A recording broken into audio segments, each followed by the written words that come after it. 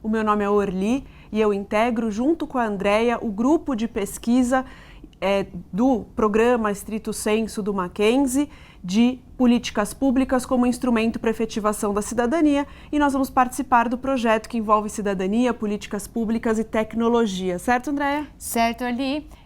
Também faço parte do grupo de pesquisa. Meu nome é Andrea, como a Orli já comentou, e vamos trabalhar o tema dentro do projeto voltado para privacidade e proteção de dados sob esse olhar da tecnologia.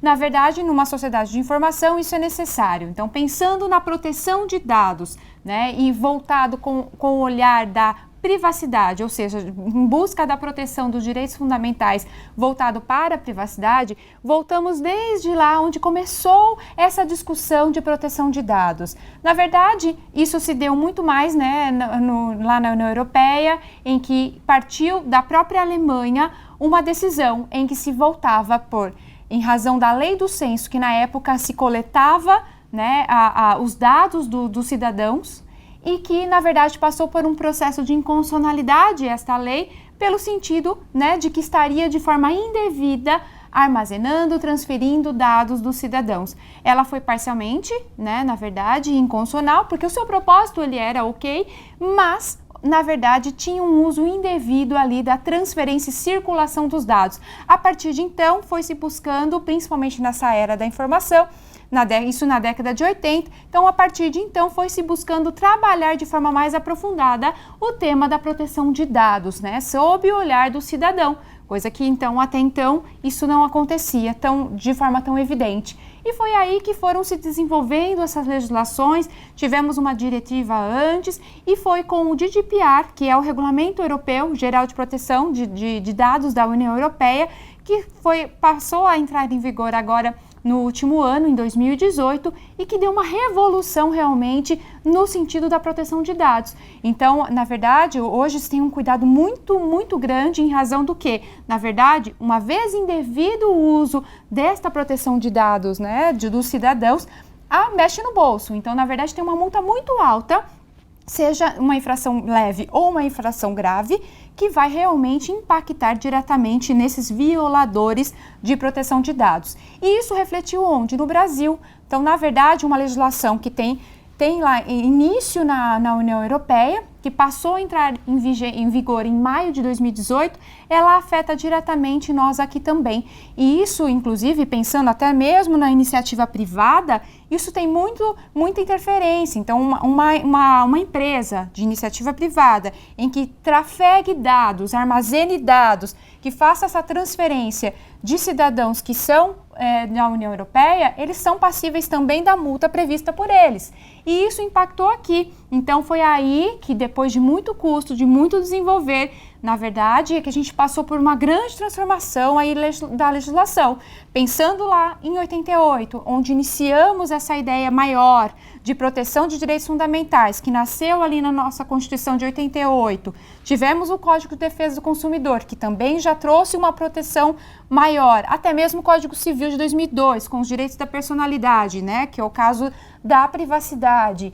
E aí também, pensando na lei de cadastro positivo, pensando no Marco Civil da Internet, que também foi um grande marco importante para essa movimentação de direitos fundamentais na questão da sociedade de informação, e aí sim a Lei Geral de Proteção de Dados recente que temos, que logo mais também passará a viger com todas as suas regras valendo. Então, com a proteção de dados, ela vem trazer essa cobertura para a privacidade. Então, principalmente quando falamos em dados pessoais. Então, se falamos em dados pessoais, seja mesmo numa localização de aplicativo, seja numa identificação do nome, posição econômica, social, tudo que dê para identificar o outro, uma pessoa que seja identificada ou identificável a partir do dado, tem que ser protegido, então, aqui por essa lei de proteção de dados. E é esse o enfoque que a gente vai dar, que é a nossa base, parte então de toda essa construção normativa, para que a privacidade ela venha, né, caminhar no sentido da né, no caminho da cidadania. E é isso que a Orly também vai complementar aqui para vocês.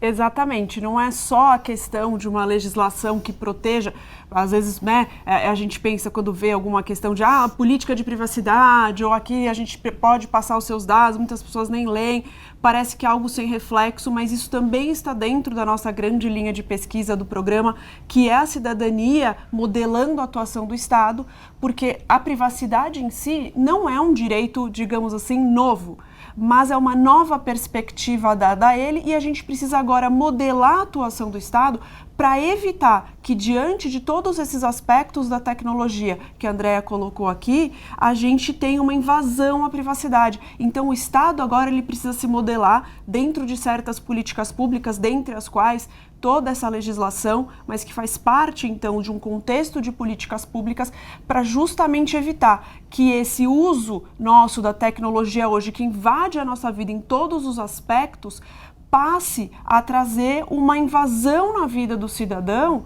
e, com isso, tolher seus direitos, né? Principalmente, de um viés mais amplo, o direito à privacidade. Então, a nossa ideia é fazer esse fechamento, mostrar como a tecnologia tem levado a uma devassa maior da privacidade, às vezes até com consentimento da pessoa, mas sem a ciência dela efetiva do que isso significa, e como o Estado deve atuar para evitar justamente esse quadro, em que a pessoa tenha os seus direitos devassados, tenha a sua intimidade devassada, sem até, como eu mencionei, já ter ciência disso, ou até tendo ciência, mas de uma forma indevida. Então, não uma ingerência também do Estado a ponto de a pessoa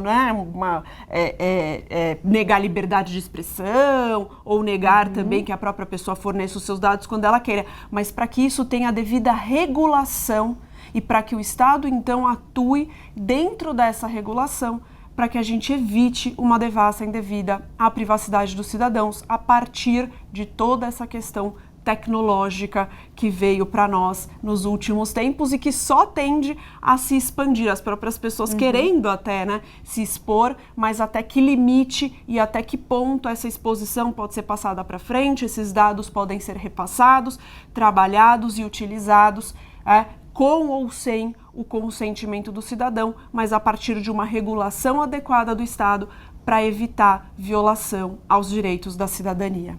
É com isso que a gente pretende trabalhar na nossa pesquisa. Espero que você tenha a oportunidade de ler oportunamente nosso artigo, depois mandar uma sugestão, fazermos um debate, porque realmente essa questão da tecnologia com políticas públicas e cidadania é algo que urge hoje, porque o direito está sempre um passo atrás e a gente precisa correr para se adaptar à realidade. E a nossa realidade hoje é essa, e isso é o que a gente precisa buscar.